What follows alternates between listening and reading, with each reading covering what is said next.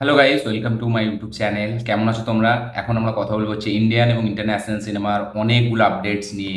চলো ভিডিওটা শুরু করা যাক।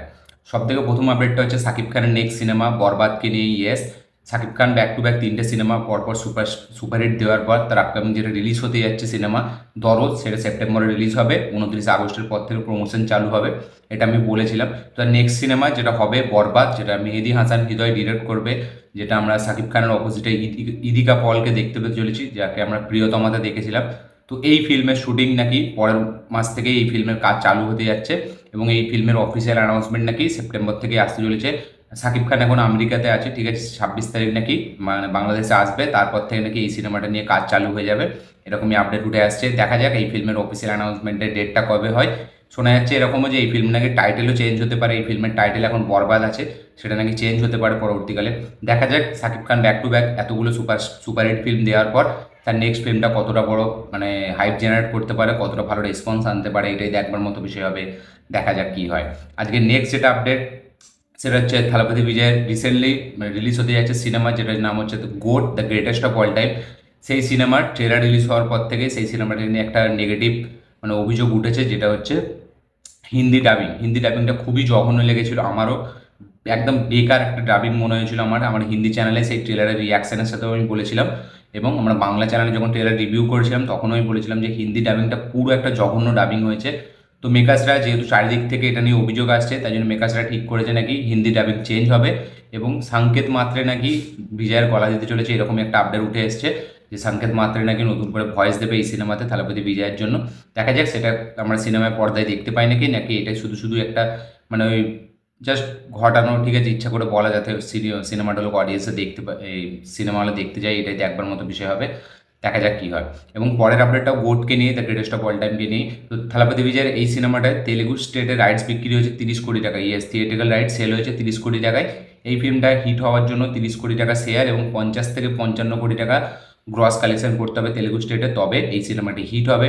দেখা যাক ভারিসু, যেটা থালাপতি বিজয়ের সব থেকে হেভি একটা ফিল্ম বলা যায় তেলেগুতে, যেটা সব থেকে বড় হিট হয়েছিল, সেই ফিল্মটার পর এই ফিল্মটা তেলেগুতে কত বড় হিট হয় এটা দেখবার মতো বিষয় হবে। এবং তামিলে একমাত্র থালাপতি বিজয় আর ধনুষই আছে যাদের ফ্যান ফলোয়িং তেলেগুতে খুব স্ট্রং। দেখা যাক সেটা এবার এই ফিল্মটা কতটা বড় মানে রেসপন্স জেনারেট করতে পারে সেটার উপর। আজকে নেক্সট যেটা আপডেট সেটা হচ্ছে কাঙ্গুবা, সুরিয়ার আপকামিং মোস্ট অ্যান্টিসিপেটেড সিনেমা কাঙ্গুবা। এই সিনেমাটির ওভারসিজের ডিস্ট্রিবিউশনের দায়িত্ব দেওয়া হয়েছে ইয়াসরাজকে। ইয়াসরাজের দায়িত্ব নিয়েছে, এবং ইয়াসরাজ এই সিনেমাটিকে ওভারসিজে ডিস্ট্রিবিউট করবে। দেখা যাক ইয়াসরাজের মতো ব্র্যান্ড, ঠিক আছে, এই ফিল্মটার সাথে যখন অ্যাসোসিয়েটেড হয়েছে ওভারসিজ থেকে, এই ফিল্মটার কালেকশন কীরকম আসে এটাই দেখবার মতো বিষয় হবে। দেখা যাক কী হয়। আজকে নেক্সট যেটা আপডেট সেটা হচ্ছে ক্রিস 4কে নিয়ে, ঋত্বিক রোশনের upcoming much awaited most anticipated cinema Krrish 4। শোনা যাচ্ছে নাকি এই সিনেমায় আমরা নায়িকা হিসাবে শ্রদ্ধা কাপুরকে দেখতে পেতে চলেছি। ইয়েস, এরকম একটা রিউমার উঠে আসছে, এটা পুরোপুরি আপডেটও না, এটা একটা গুজব। এরকম আপডেট উঠে আসছে যে শ্রদ্ধা কাপুরকে আমরা ক্রিস 4-এ দেখতে পেতে চলেছি। স্ত্রী 2 এর পর শ্রদ্ধা কাপুরকে নাকি খুবই বড় বড় প্রজেক্টে আমরা এর আপকামিং সময়ে দেখতে পেতে চলেছি, তার সাথে নাকি অনেক বড় বড় প্রজেক্ট নিয়ে কথাবার্তা হচ্ছে, যেহেতু স্ত্রী 2 এর বিশাল একটা রেসপন্স পেয়েছে এবং বক্স অফিসে ব্যাপক কালেকশন করছে। দেখা যাক এটা সত্যি হয় নাকি, এবং ক্রিস 4-এ শ্রদ্ধা কাপুরকে আমরা দেখতে পাই নাকি। শ্রদ্ধা কাপুর নিজে একজন ডাইহার্ড ফ্যান ঋত্বিক রোশনের, এবং এদের দুজনকে খুবই কিন্তু ব্যাপক দেখতে, ঋত্বিক রোশনকেও এবং শ্রদ্ধা কাপুরকেও। দেখা যাক অন স্ক্রিনে তাদের এই জুটিটা আমরা কোনোদিন দেখতে পাই নাকি, এবং এটা যদি সত্যি হয় তাহলে স্ক্রিনে তাদেরকে যখন একসাথে দেখবো সেই মানে এক্সপিরিয়েন্সটা কীরকম হয় এটাই দেখবার মতো বিষয় হবে। দেখা যাক কী হয়। আজকে নেক্সট যেটা আপডেট সেটা হচ্ছে এমপুরাম, যেটা হচ্ছে মোহনলালের লুসিফার 2 যে ফিল্মটা, যেটা আপকামিং ফিল্ম মোহনলালের, যেটাকে ডিরেক্ট করেছে পৃথ্বীরাজ সুকুমারন। লুসিফার যেটা মালায়ালাম ইন্ডাস্ট্রির সব থেকে হাইয়েস্ট গ্রসিং ফিল্ম হয়েছিল, এবং সেটাকে অনেক বছর পর রেকর্ড ভেঙেছিল আমাদের 2018 সিনেমাটি, আমাদের ওই থমিনো থমাসের। তো লুসিফার 2 মানে এমপুরাম 2 সেই সিনেমাটি শোনা যাচ্ছে লেটেস্ট বাজ অনুযায়ী এই সিনেমাটাকে মার্চে রিলিজ হতে চলেছে। ইয়েস, 2025-এর মার্চের 28 তারিখ নাকি এই সিনেমাটি রিলিজ দেওয়ার প্ল্যান করছে মেকার্সরা, এরকমই একটা জানিয়েছে এই টিমে এই সিনেমার মেকার্স। দেখা যাক সেটা অফিসিয়ালভাবে কবে আমরা জানতে পারি। আজকে নেক্সট যেটা আপডেট সেটা হচ্ছে ওজি, পবন কল্যাণের upcoming most anticipated cinema, directed by Sujeeth, যে সাহু মুভির ডিরেক্টর। তো ওজির টিজার সেপ্টেম্বরে আসবে, আমরা সকলেই, আমি বলেছিলাম, ঠিক আছে, আপনারা সকলেই জানেন, আপডেট যে আমি দিয়েছিলাম পরপর দুটো ভিডিওতে। 2 তারিখ মেবি এক টিজার আসবে। তো এই সিনেমার রিলিজ ডেট যেটা শোনা যাচ্ছে যে নাকি এই সিনেমাটিও নাকি আগামী বছর 28শে মার্চ রিলিজ হতে পারে, যেই দিন লুসিফার 2 রিলিজ হবে। ইয়েস, এরকম আপডেট উঠে আসছে যে 28 তারিখ এই সিনেমার রিলিজ ডেট হতে চলেছে 2025-এর। দেখা যাক সেটা হয় নাকি, এবং যদি এটা হয় তাহলে ক্ল্যাশ আমরা দেখতে পাবো, মোহনলাল ভার্সেস পাওয়ান কল্যাণ। এবং যেহেতু দুটো ফিল্মই মানে বিশাল হাইপ আছে, যেহেতু লুসিফার বিশাল বড় একটা হিট হয়েছিল মালায়ালাম ইন্ডাস্ট্রিতে, এবং পৃথ্বীরাজ সুকুমারনের ডিরেকশনের ফিল্ম সেখানে বিশাল চলে, তার জন্য একটা হাইপ আছে। এবং দেখা যাক এখানে সুজিত যে সাহুর মতো সিনেমা বানিয়েছে তার মেকিং বিশাল হাই লেভেলে ছিল, তো যেহেতু পাবন কল্যাণ আছে এই সিনেমায়, সেই সিনেমার হাইপ একটা বিশাল আছে। দেখা যাক এই ক্ল্যাশটা আমরা দেখতে পাই নাকি। তো ওজি রিলিজ ডেটও শোনা যাচ্ছে মার্চের 28 তারিখ হতে পারে। আজকে নেক্সট যেটা আপডেট সেটা হচ্ছে হলিউড থেকে জন উইককে নিয়ে। শোনা যাচ্ছে জন উইক 5-এ আমরা কিয়ানু রিভসকে আবার জন উইকের রোলে দেখতে পেতে চলেছি। ইয়েস, কিয়ানু রিভসকে আমরা আবার ব্যাক করতে দেখতে পেতে চলেছি জন উইক 5-এ। পরের বছর থেকে এই সিনেমার কাজ চালু হয়ে যাবে, ঠিক আছে, মানে প্রোডাকশনের কাজ চালু হয়ে যাবে 2025 থেকে। দেখা যাক এই সিনেমায় সত্যি আমরা কিয়ানু রিভসকে দেখতে পাই নাকি। আজকে নেক্সট যেটা আপডেট সেটা হচ্ছে ওয়ার 2 থেকে। তো ওয়ার 2 এর শুটিং সেটে জুনিয়র এনটিআর সে ইনজার্ড হয়েছে, ঠিক আছে, এবং সে ইনজার্ড হওয়ার পর এই সিনেমার শুটিং শিডিউল 2 মাস পিছিয়ে গেছে, এরকমই আপডেট উঠে এসছে। এবং ওয়ার 2 থেকে আরেকটা আপডেট আছে যে ওয়ার 2 এতে নাকি কিয়ারা আডবাণী, তাকে নাকি একটা পুরো প্রপার একটা ইন্ট্রো সিন দেওয়া হবে, এবং খুবই একটা অ্যাকশনের সাথে তাকে তার ইন্ট্রোটা ডিজাইন করা হচ্ছে, মানে হাই অক্টেন একটা অ্যাকশন সিন দিয়ে তাকে প্রেজেন্ট করা হবে, এবং তারও একটা আলাদা প্রপার একটা ইন্ট্রোডাকশন সিন থাকবে, সেটা এরকম প্ল্যান করা হচ্ছে। দেখা যাক সেটা স্ক্রিনে কতটা ভালো ফুটে ওঠে, এবং আয়ন মুখার্জি ওয়ার 2 কতটা হেভি করে বানাচ্ছে এটাই দেখবার মতো বিষয় হবে। তো ওয়ার 2 এর শিডিউল 2 মাস পিছিয়ে গেছে। আজকে নেক্সট আপডেটটা আবার স্পাই ইউনিভার্স থেকেই। তো স্পাই ইউনিভার্সের আপকামিং সিনেমা আলফা, যেটাকে আমরা আলিয়া ভাট এবং সার্ভারি ওয়াককে দেখতে পেতে চলেছি, ববি দেওয়াল এখানে অ্যান্টাগনিস্ট।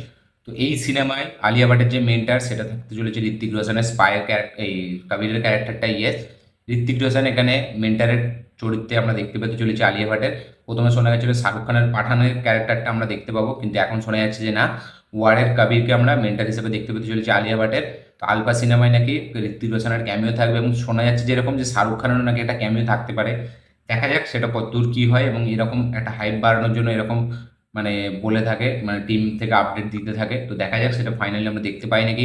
আমরা টাইগার 3-তে দেখেছি মানে আননেসেসারি একটা ক্যামিও দিয়ে সেটা কোনো কাজ হয়নি, যেটা পাঠানে কাজ হয়েছিল সেটা কিন্তু টাইগার 3-তে কাজ হয়নি। দেখা যাক নেক্সট সিনেমাতে আমরা মানে ওয়ার 2 বা আলফাতে সে কোনো ক্যামিও দেখতে পাই নাকি, এটা দেখবার মতো বিষয় হবে। দেখা যাক কী হয়। আজকে নেক্সট যেটা আপডেট সেটা হচ্ছে বিগেস্ট একটা আপডেট। তো আমির খান শোনা যাচ্ছে নাকি লোকেশ কারাগরাজের সাথে একটা সিনেমা নিয়ে কথাবার্তা চলছে তাদের। ইয়েস, একটা হাই অকটেন হাই বাজেটের সিনেমা নিয়ে তাদের মধ্যে কথাবার্তা চলছে, এবং যেরকম শোনা যাচ্ছে অলমোস্ট নাকি কনফার্ম এই সিনেমাটা আমরা দেখতে পেতে চলেছি। হ্যাঁ, যদিও এখন অনেক টাইম আছে, কিন্তু শোনা যাচ্ছে নাকি আমির খানের নেক্সট সিনেমাটা নাকি লোকেশ কানাগরাজের সাথে হতে পারে আফটার সিতারে জামিন পার, এরকমই আপডেট উঠে আসছে। কিছুদিন আগে আপডেট উঠে এসেছিলো যে ওই আমাদের জেলারের ডিরেক্টর নেলসানের সাথেও তার একটি সিনেমার কথাবার্তা চলছে। এখন শোনা যাচ্ছে যে লোকেশ কানাগরাজের সাথে, এবং লোকেশ কানাগরাজের সাথে কাজটা নাকি অলমোস্ট কনফার্ম। দেখা যাক নেক্সট ফিল্ম এই দুটো ডিরেক্টরের মধ্যে কোন ডিরেক্টরের হয়, এটা দেখবার মতো বিষয় হবে। দেখা যাক কী হয়। আজকে নেক্সট যেটা আপডেট সেটা হচ্ছে কালকি 2898 এডি এই সিনেমার ওটিটি রিলিজ নিয়ে। তো 22 তারিখে এই সিনেমাটি আমরা হিন্দি সহ আরও সাউথ ইন্ডিয়ান ভাষাতে দেখতে পেতে চলেছি নেটফ্লিক্সে 22 তারিখে এই সিনেমাটা আমরা ওটিটি রিলিজ হতে দেখতে পেতে চলেছি।